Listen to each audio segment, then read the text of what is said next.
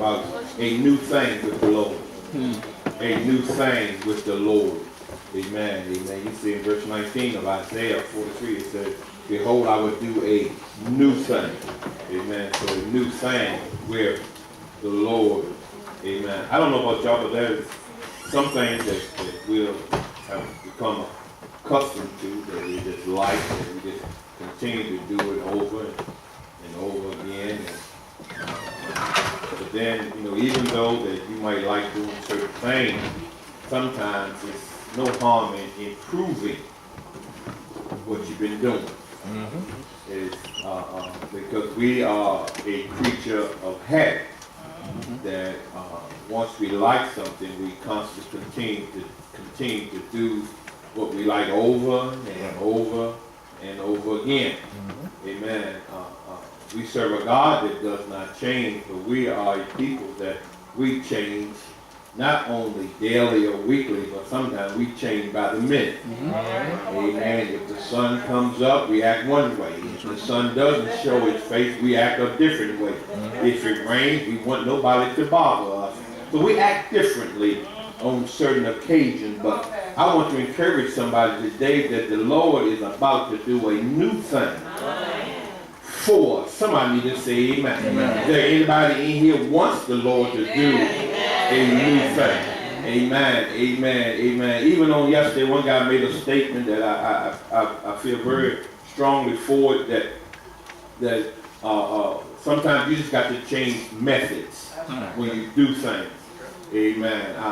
You don't hear me say it many times before. I was just sitting there thinking this morning that there used to be a time that some of us might be too young to know that when folks used to dance, that one of the dance they used to do was the Charleston.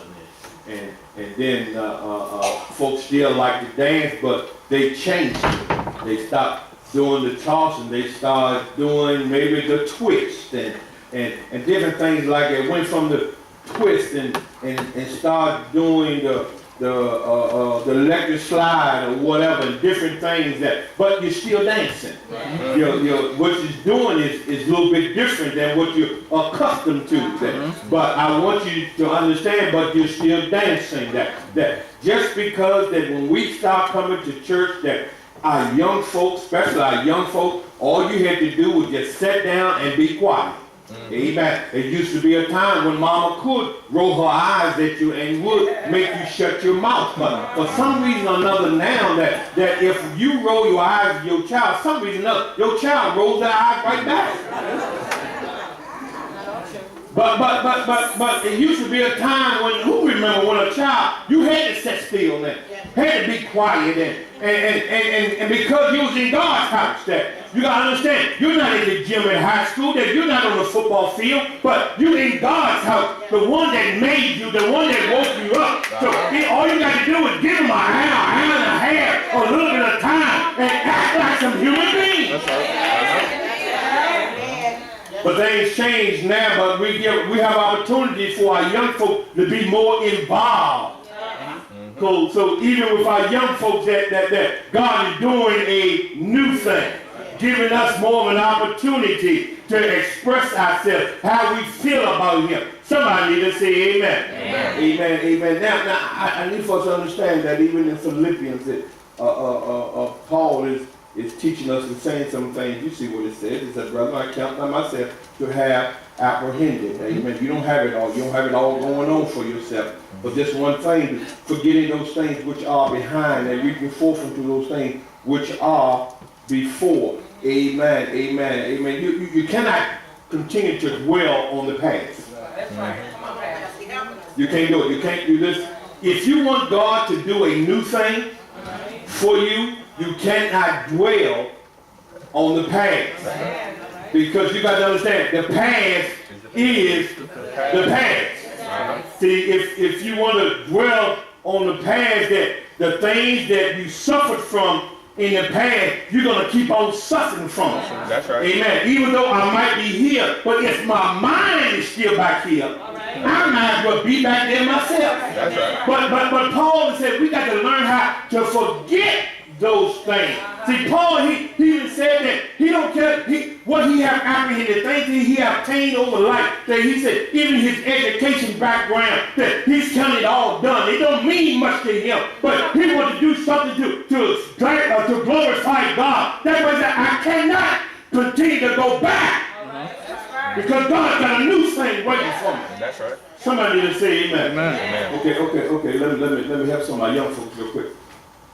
Now, if you're playing basketball, anybody here like playing basketball? Not just the young boys, young girls. And my daughter Tony, she used to be a beast on the basketball court. She was a beast, man. In 8th grade, man, for 2 games, she was a beast.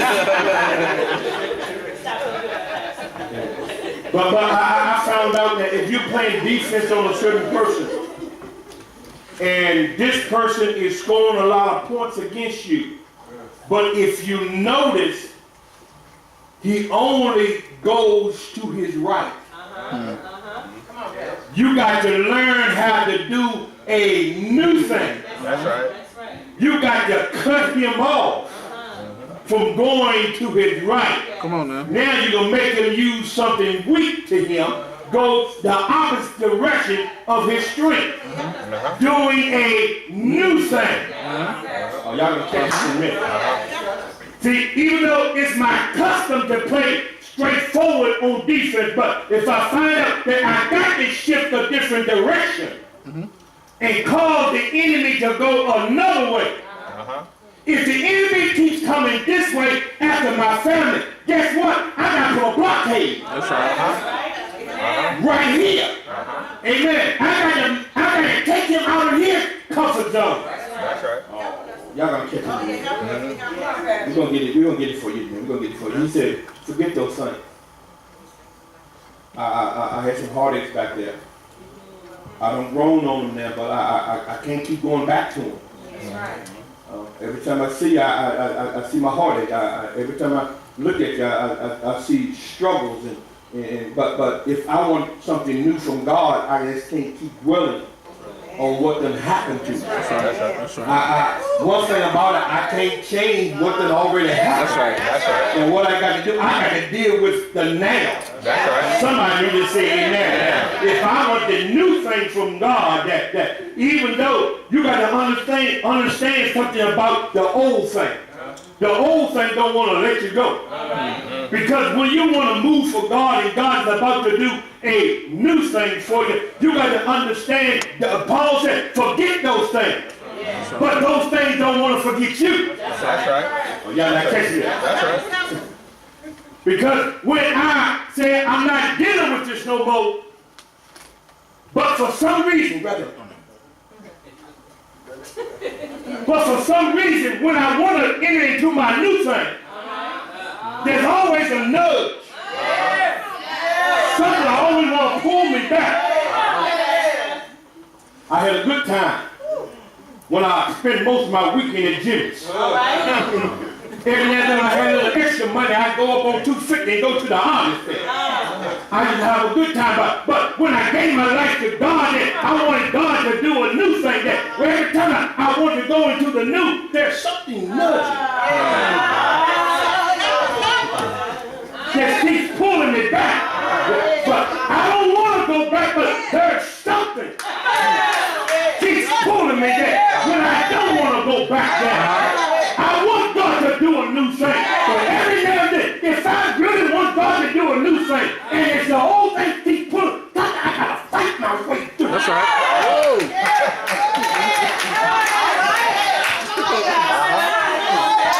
You gotta fight your way away from it. How do I fight my way, Pastor? Well, when your girlfriends call and say, hey, we're going to the Odyssey tonight. Y'all don't know about the Odyssey, but I'm just saying. I'm going to go to the Odyssey tonight. And you know who's going to be there. He's coming straight from Richmond. And you know he tore it up there now. Them clubs, y'all know, what's the name of the clubs there? Okay, forget it. Y'all know. I don't want to call y'all.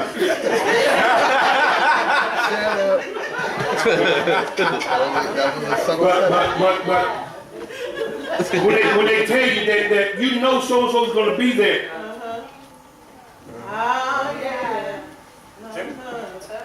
It's got a little nudge.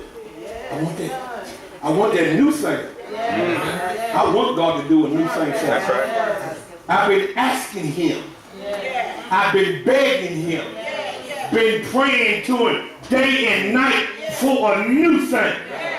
But the old thing keeps tugging. But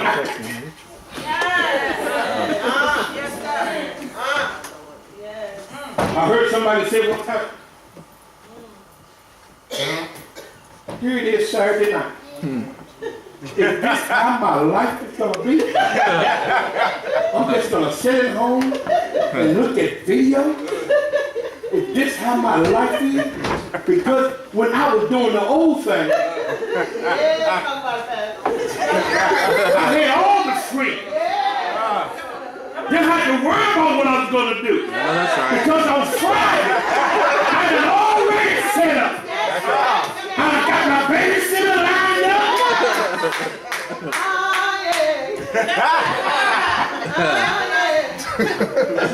But on this side of my mind, that I want God to do a new thing. That's right. But he can't do it because you won't let go of the old thing. That's right. Somebody can say amen. And Paul said, see, what Paul is trying to teach us this morning, that what happens to us, we can't get the new thing because we want to dwell too much with the old thing. He said, forget it. My girlfriend is over there. My main man, he's over there. One that we went through thick and thin, that somebody forget it. I'm a firm believer that when God is doing a new thing for you, that you got to dwell in the new thing. But Pastor, well, I can't forget about my friend. No, I'm not saying to forget about your friend, but you're not strong enough yet. That's right. To dip and dab from the new to the old. See, some of us think that we can just, I used to, let me be a little transparent. I used to. I got saved. I was in church, a member of church for a while. I got saved sitting on the deacon door. Because I felt like if I, some of y'all, a lot of y'all don't know nothing about this. Even my old boys don't know nothing about this.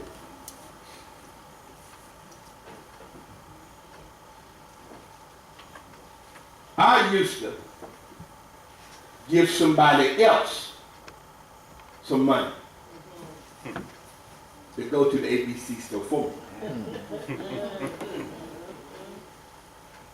Because I didn't want nobody to see me. I keep it hid under my seat. As long as I'm driving, if I take a little sip,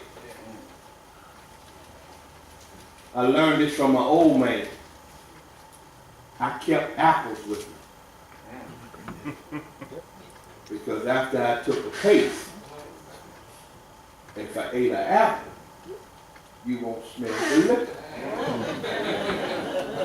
Don't y'all use it.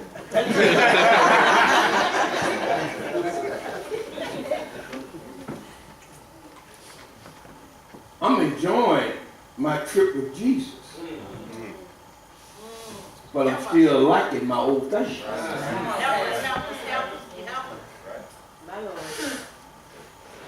Deacon Greene shared with me one time, he said that all he used to drink, when God took the taste from him, he didn't want to drink no more.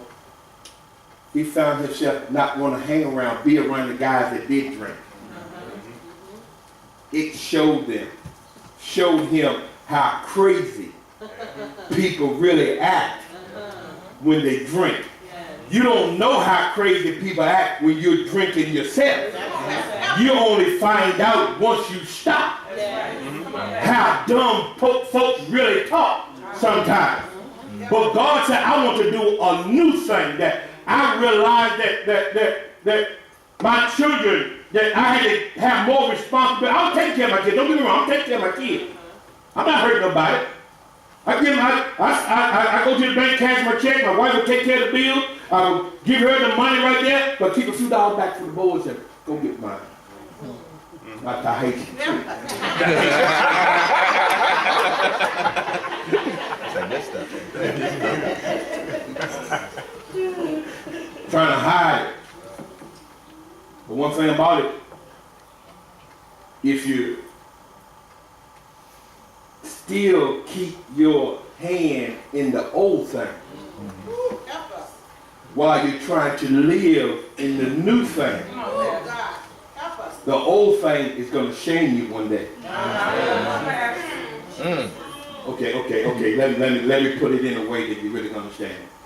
Mom and them used to say, when your child is acting, when our children's acting, you better get them straight now. They're going to get you in public, and they're going to embarrass you. So you better get it straight now. So if you're in the new, you better get the old in check. All right. Come on, Pastor. Because if it don't, when you don't want it to show up, that's the very time it's going to show up and embarrass you. You're going to follow pastor to a different church.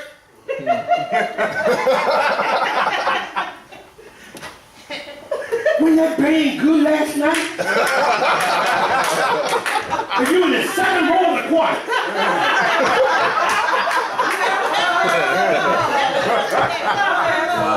And then, what are you talking about? You know, in Richmond, right off the Broad Street, you know, the joint. It wasn't me. Damn, you're lying. Because you don't want to let loose of the old. But what happens to us, that we want to keep our head with the old, and then when we get sick while we're young in the new, you don't got beat up in the new. You want to let go of the old now. That's right. Because you want God in it. That's right. Somebody need to say amen. Amen. Come on, let's go to Isaiah. Go to Isaiah. About 5 minutes, I'm shutting this thing. Preach. Shutting this down. It's a good idea, bro. Come on, you preach the standard. Start at 18. Remember ye not the former things, neither consider the things of old. Behold, I will do a new thing. Now it shall spring forth. Shall ye not know it? I will even make a way in the wilderness and rivers in the desert. What are you going to do in the wilderness? What did you say? I will even make a way in the wilderness. What? Fine, get in. Fresh in. Come on. Yeah, Nancy.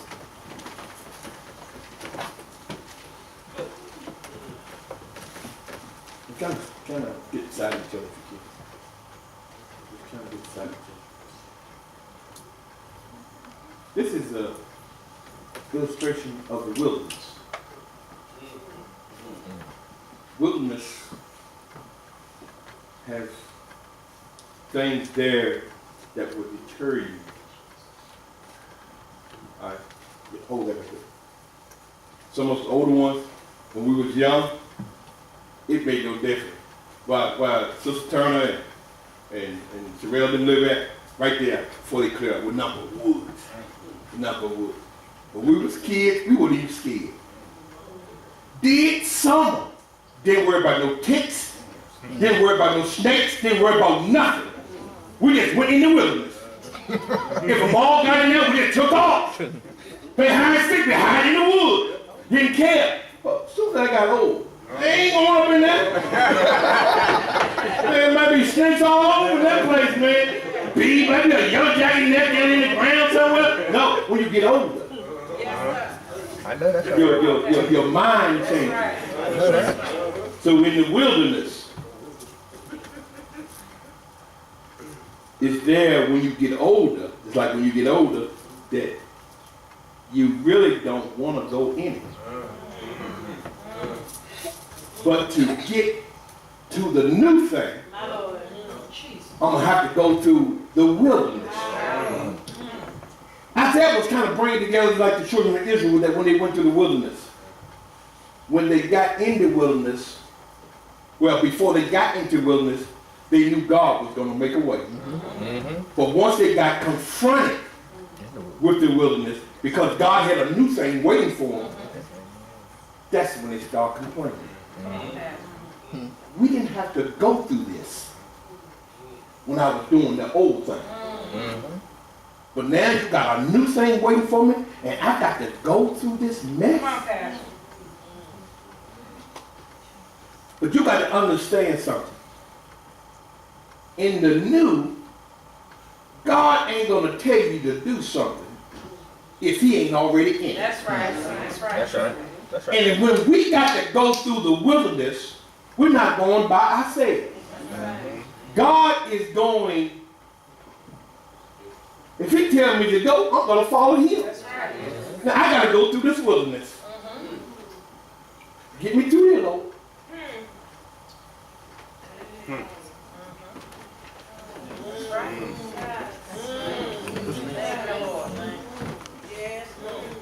Forget those things that are behind. You tried to tangle me up. Y'all tried to tangle me up. But I had the Lord leading me. You got to know it's the Lord that wants you to have that new thing. That's right. Not you yourself. That's right. That's right. Somebody need to say amen. And he said, what did he say about the desert?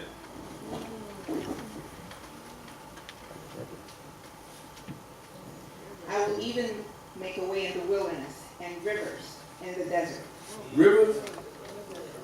Anything that's dry.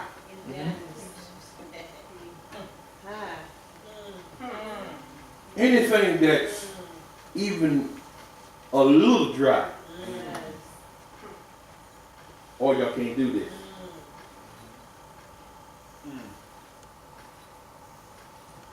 If it's a little dry, the Lord said I'm going to make it a river. Anybody got anything that's a little dry? The Lord said I can make it a river for you. Somebody need to say amen. When you ain't got nothing, God said I can put something in there. Somebody need to say amen. Y'all don't believe what I'm saying. Is it a little dry? Is it a little dry right here?